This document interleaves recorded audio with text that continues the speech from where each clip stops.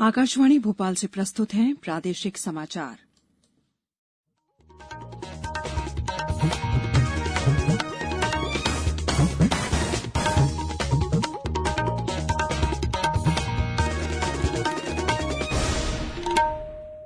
नमस्कार, समाचारों के साथ मैं शेख महाजबीन अल्मास।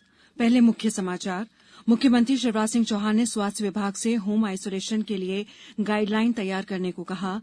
गरीबों के वित्तीय सशक्तिकरण के लिए बनी प्रधानमंत्री जनधन योजना को 6 साल पूरे हुए। इंदौर में गीले कचरे के निपटारे के लिए बनेगा संयंत्र। मुख्यमंत्री आज करेंगे भूमि पूजन। और प्रदेश में एक बार फिर बारिश का दौर।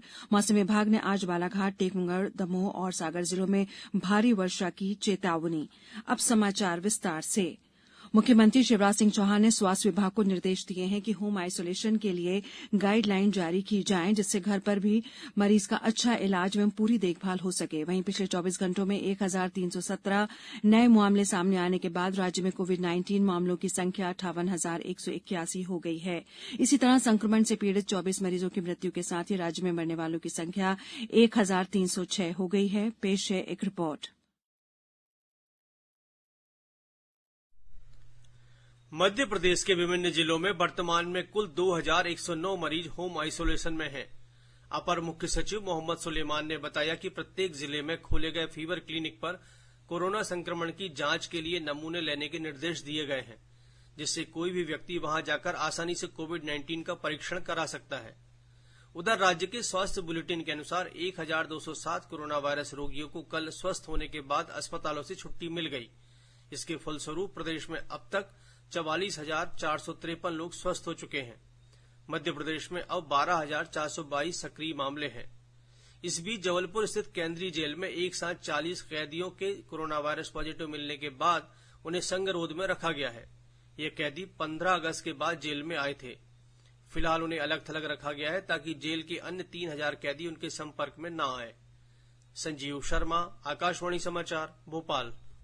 वहीं प्रदेश में सबसे ज्यादा 198 नए मरीज इंदौर में सामने आए, जहां अब कुल संक्रमितों की संख्या 12,000 से अधिक हो गई है। इनमें 3,240 का विभिन्न अस्पतालों में इलाज चल रहा है। वहीं 8,000 से ज्यादा स्वस्थ हो चुके हैं। राजधानी भोपाल में 155 नए केस सामने आए हैं, जहां सक्रिय मरीजों की संख्या 1,443 हो गई है। ग्वालियर में 156 और जबलपुर में 126 नए मरीज मिले हैं। मुरैना जिले में संभागायुक्त कार्यालय के 2 कर्मचारियों सहित 13 नए मामले सामने आए हैं। खंडवा में 15, मंडला में 3, श्योपुर में 13, धार में 32, नीमच में 22, पन्ना में 14 नए मरीज मिले हैं। वहीं सतना में 13 संदिग्धों की रिपोर्ट पॉजिटिव आने के बाद सक्रिय मरीजों की संख्या 45 हो गई है। कटनी में एक परिवार के 6 सदस्यों सहित 15 नए मरीज मिले हैं।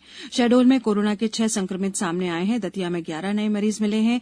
देवास, शाजापुर क्षेत्र के सांसद महेंद्र सिंह सोलंकी ने ट्विटर पर कोरोना संक्रमित होने की जानकारी दी है।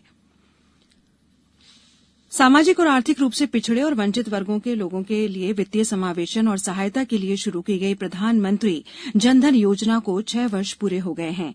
केंद्र सरकार की इस महत्वाकांक्षी योजना से गरीबों की बचत को औपचारिक वित्तीय व्यवस्था में लाने में मदद मिली है। प्रधानमंत्री नरेंद्र मोदी ने 15 अगस्त 2014 को जनधन योजना की घोषणा की थी। उन्होंने इस योजना को गरीब वर्ग को दुष्चक्र से आजादी दिलाने वाला बताते हुए आजादी का जश्न मनाने की अपील की थी। केंद्रीय वित्त मंत्री निर्मला सीतारमण ने जनधन योजना के 6 वर्ष पूरा होने पर कहा कि मोदी सरकार की जनोन्मुखी आर्थिक कदमों की बुनियाद में जनधन योजना है। उन्होंने कहा कि प्रत्यक्ष नकद हस्तांतरण, किसान सम्मान निधि और कोरोना काल में वित्तीय मदद जैसे कार्यों में जनधन योजना ने अहम भूमिका निभाई है। प्रधानमंत्री नरेंद्र मोदी ने आत्मनिर्भर भारत अभियान के तहत रक्षा विनिर्माण पर खासा जोर देते हुए कहा है कि सरकार का उद्देश्य रक्षा उत्पादन को प्रोत्साहन देना, नई प्रौद्योगिकी को विकसित करना और रक्षा क्षेत्र में निजी निर्माताओं की भूमिका प्रभावी बनाना है। उन्होंने कल वीडियो कॉन्फ्रेंसिंग के जरिए रक्षा उत्पादों के निर्माण संबंधी आत्मनिर्भर भारत पर केंद्रित एक सेमिनार को संबोधित करते हुए कहा कि पिछले कुछ दशक के दौरान इस दिशा में किसी भी तरह की गंभीर कोशिशें नहीं की गईं।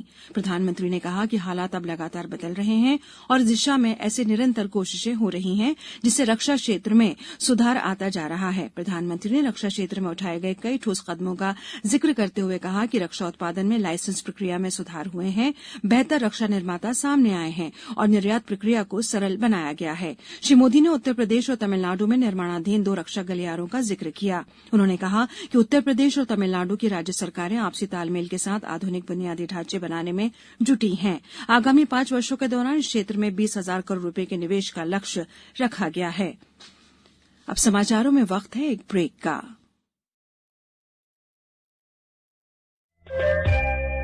ये समाचार आप आकाशवाणी भोपाल से सुन रहे हैं। हमारे समाचारों को अब आप कभी भी और कहीं भी अपनी सुविधा के अनुसार सुन सकते हैं। ये समाचार बुलेटिन YouTube, ट्विटर और फेसबुक पर AIR न्यूज भोपाल पेज पर सुने जा सकते हैं। इसके अलावा आप हमारी वेबसाइट newsonair.com पर या AIR न्यूज ऐप पर भी समाचार सुन सकते हैं। ब्रेक के बाद समाचारों में एक बार फिर आपका स्वागत है। मुख्यमंत्री शिवराज सिंह चौहान ने आज इंदौर जिले के 1 दिवसीय प्रवास के दौरान अनेक विकास कार्यों की शुरुआत करेंगे। वे इंदौर शहर में 237 करोड़ रुपए से अधिक की लागत से बने सुपर स्पेशियलिटी अस्पताल का लोकार्पण करेंगे। अत्याधुनिक चिकित्सा सुविधाओं से युक्त इस 10 मंजिला अस्पताल में 402 बिस्तर हैं। वहीं देश में स्वच्छता सर्वेक्षण में 4 बार लगातार अव्वल रहे इंदौर ने गीले कचरे के निपटान के लिए एक नई पहल की गई है। नगर निगम इंदौर ने इसके लिए एक निजी कंपनी से 500 टन प्रतिदिन कचरा निपटान की क्षमता वाला बायोमैथिनीकरण संयंत्र लगाने का अनुबंध किया है। मुख्यमंत्री शिवराज सिंह चौहान आज इस संयंत्र के लिए भूमि पूजन करेंगे। पेश है एक रिपोर्ट।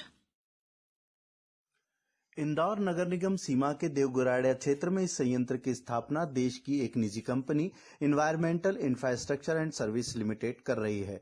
2 चरणों में स्थापित होने वाला यह संयंत्र दिसंबर 2021 से प्रतिदिन लगभग 17,500 किलोग्राम CNG गैस का उत्पादन करेगा। 150 करोड़ रुपए की लागत के इस संयंत्र की स्थापना का पूरा खर्च निजी कंपनी ही वहन करेगी। इसका नगर निगम पर किसी भी तरह का वित्तीय भार नहीं पड़ेगा। इस संयंत्र के शुरू होने से इंदौर नगर निगम को प्रतिवर्ष कंपनी की ओर से 2,52,50,000 रुपए प्रीमियम 20 वर्षों तक मिलेगा। इसके साथ ही अनुबंध के तहत कंपनी संयंत्र में प्रतिदिन पैदा होने वाली CNG गैस में से 50% गैस इंदौर नगर निगम को बाजार दर से 5 रुपए प्रति किलोग्राम कम दर पर उपलब्ध कराएगी। इस गैस का उपयोग नगर निगम अपनी नागरिक परिवहन सेवा बसों के लिए करेगी। इस संयंत्र की स्थापना से 500 टन गीले कचरे का प्रतिदिन निपटान तो होगा ही, साथ ही यह नवाचार शहर की वायु गुणवत्ता सुधार की दिशा में मील का पत्थर साबित होगा। मनिंदर कुमार दुबे, आकाशवाणी समाचार, इंदौर। प्रदेश सरकार के निरोगी काया अभियान के अंतर्गत बेहतर प्रदर्शन करने वाले जिलों को कल मुख्यमंत्री शिवराज सिंह चौहान ने वर्चुअल समारोह में इस मौके पर सिवनी को 40 लाख रुपए का प्रथम पुरस्कार प्राप्त हुआ है। भिंड दूसरे और बैतूल तीसरे स्थान पर रहा। जिला अस्पताल की सुविधाओं में सबसे तीव्र सुधार के लिए अनूपपुर जिले को मुख्यमंत्री 5 लाख रुपए के पुरस्कार से सम्मानित किया। वहीं रायसेन सहित अन्य जिलों को भी अभियान के अंतर्गत कार्यों के लिए सराहा गया। मुख्यमंत्री शिवराज सिंह चौहान ने कहा है कि महुआ सहित 14 वनोपज के समर्थन मूल्य में वृद्धि से आदिवासियों को बेहतर कीमत मिली है और उनका जीवन स्तर बेहतर हुआ है। उन्होंने कल वीडियो कॉन्फ्रेंसिंग के माध्यम से अनुसूचित जनजाति वर्ग के हितग्राहियों से चर्चा करते हुए कहा कि सरकार का लक्ष्य आदिवासियों के जीवन को खुशहाल बनाना है। मुख्यमंत्री ने बताया कि 1 सितंबर से ऐसे 37 लाख गरीब परिवारों को रियायती दर पर गेहूं, चावल, आयोडीन नमक और केरोसिन उपलब्ध कराया जाएगा, जो अभी तक इससे वंचित हैं। इस अवसर पर आदिवासियों हितग्राहियों ने भी अपनी बात रखी। प्रदेश के वित्त मंत्री जगदीश देवड़ा ने केंद्रीय वित्त मंत्री निर्मला सीतारमण से प्रदेश की GST की शेष क्षतिपूर्ति राशि 5,995 करोड़ रुपए शीघ्र उपलब्ध कराने का आग्रह किया है। उन्होंने कल वीडियो कॉन्फ्रेंसिंग के माध्यम से GST काउंसिलिंग की बैठक में भाग लिया और इस वित्तीय वर्ष में प्राप्त क्षतिपूर्ति राशि 2,600 करोड़ रुपए के लिए वित्त मंत्री को धन्यवाद दिया। प्रदेश में एक बार फिर व्यापक बारिश का दौर शुरू हुआ है। राजधानी भोपाल सहित कई जिलों में कल रात से ही रुक रुक कर बारिश हो रही है। मौसम विभाग के अनुसार खजुराहो में 11, छतरपुर और नौगांव में 7-7, जबलपुर, दमोह और डिंडोरी में 6-6, निवाड़ी और सिहोरा में 5-5 सेंटीमीटर वर्षा रिकॉर्ड की गई। मौसम विभाग ने आज बालाघाट, टीकमगढ़, दमोह और सागर जिलों में भारी वर्षा की चेतावनी दी है। अब कुछ समाचार संक्षेप में। कृषि मंत्री कमल पटेल ने कल खंडवा जिले के डोंग गांव में किसानों की समस्याएं सुनी। किसानों ने सोयाबीन की फसल को हुए नुकसान के लिए मुआवजे की मांग की। होशंगाबाद जिले में सतपुरा टाइगर रिजर्व मड़ई में कल से 7 दिवसीय हाथी उत्सव शुरू हुआ। इस दौरान हाथियों का विशेष ध्यान रखा जाएगा और उनका स्वास्थ्य परीक्षण किया जाएगा।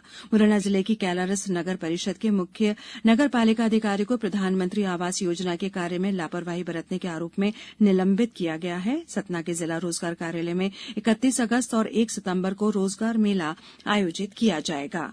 अंत में मुख्य समाचार एक बार फिर। मुख्यमंत्री शिवराज सिंह चौहान ने स्वास्थ्य विभाग से होम आइसोलेशन के लिए गाइडलाइन तैयार करने को कहा। गरीबों के वित्तीय सशक्तिकरण के लिए बनी प्रधानमंत्री जनधन योजना को 6 साल पूरे हुए। इंदौर में गीले कचरे के निपटारे के लिए बनेगा संयंत्र। मुख्यमंत्री आज करेंगे भूमि पूजन। और प्रदेश में एक बार फिर बारिश का दौर। मौसम विभाग ने आज बालाघाट, टीकमगढ़, दमोह और सागर जिलों में भारी वर्षा की चेतावनी। इस बुलेटिन में इतना ही। घर में रहिए, सुरक्षित रहिए और सुनते रहिए आकाशवाणी।